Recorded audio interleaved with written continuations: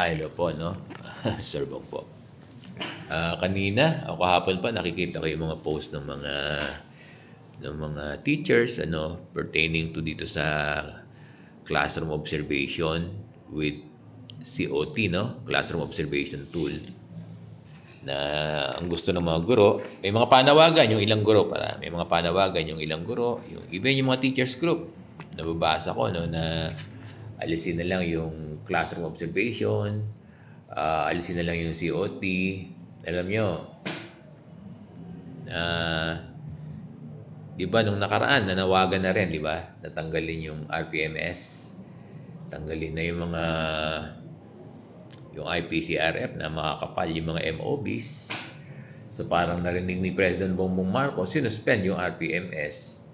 Anong naging resulta? Di ba? O na-delay yung SRI, na-delay yung PBB, muntik pang mawala. Di ba? Nag-apila lang, buti narinig ni President Bongbong Marcos na gumawa ng administrative order para mabigay yung PBB at SRI. Pero muntik pang hindi nabigay, di ba? Dahil sinuspend yung RPMS. Ngayon, baka mamaya maulit na naman, maulit na naman yung experience natin. Kung pinapaalis na naman natin yung classroom observation with COT tool, anong magiging performance? Yan yung main factor ng ating ng IPCRF ng mga guro. Di ba? Hindi magkakaroon ng IPCRF kung wala yung classroom observation with COT tool, with classroom observation tool. Di ba? Baka mamaya pag inalis na naman yan, narinig kayo ng presidente, tinanggal yung CO, problema na naman tayo dyan sa magbabalangkas na naman, madidelay, matatagalan, At ang isa pa rito, baka mamaya for this school year, kung aalisin yan, anong magiging performance rating ng mga guro? IPCRF. Di ba? Anong gagamitin nila sa kanilang promotion to ECP? Napakahusay ng ECP. Kagaya ng binabalita ako, di ba? Sa Caloocan High School, meron nang nag-qualify. Nag-qualify pala, no? Hindi na-approve. Baka may mag-react yung SDS ko, no? Nag-qualify. At least, pag nag-qualify yan, next na yung approval ng SDS yan. Ganun yun. Tupalo. Qualified na sila, di ba? Papaano yung mga magpapapromote tong after ng school year na ito, no? At kakailangan nila yung latest. Paano kung wala silang IPCRF? Marami ang apektadong guro. Lalo pat kung nag-aasam tayo ng mataas na sahod, di ba? Eto na yun Eto na yun, itong ECP. Di ba? Yung teacher 3 na naging teacher 5. Siguro kung mga 3 o 4,000, no? Yung madadagdag sa sahod, tansyado ko lang to, tinatansya ko lang, Di ba?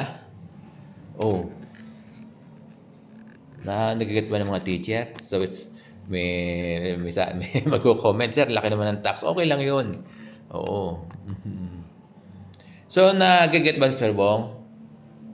Oo. Tingin ko, hindi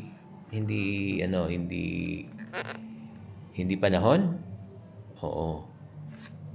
Siguro, hanggat walang nakikita na kapalit, wag alisin. Hindi dapat. The CO and the COT will remain.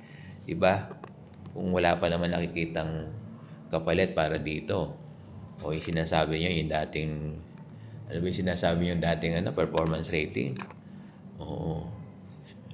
So, nagiget ba Sir Bong? Baka maraming magalit sa akin na guro, So, nagbibigay lang ako ng pananaw.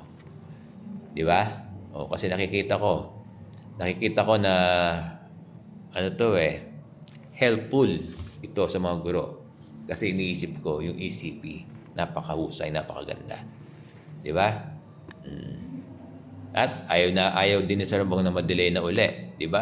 Kasi nung na-delay doon, di ba, pati Sir Bong ay, di ba, palagi nagbablog tungkol sa PBB, SRI. Gusto ba natin ma-delay uli?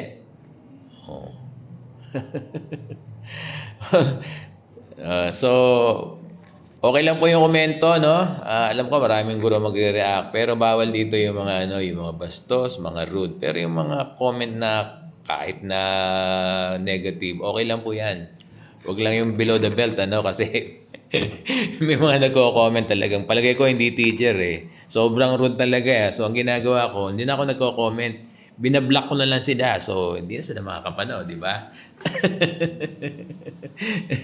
Hindi natin kailangan ng mga viewers natin ng mga very, very rude na parang talaga hindi naman teacher eh. Oh, okay lang yung mga baser.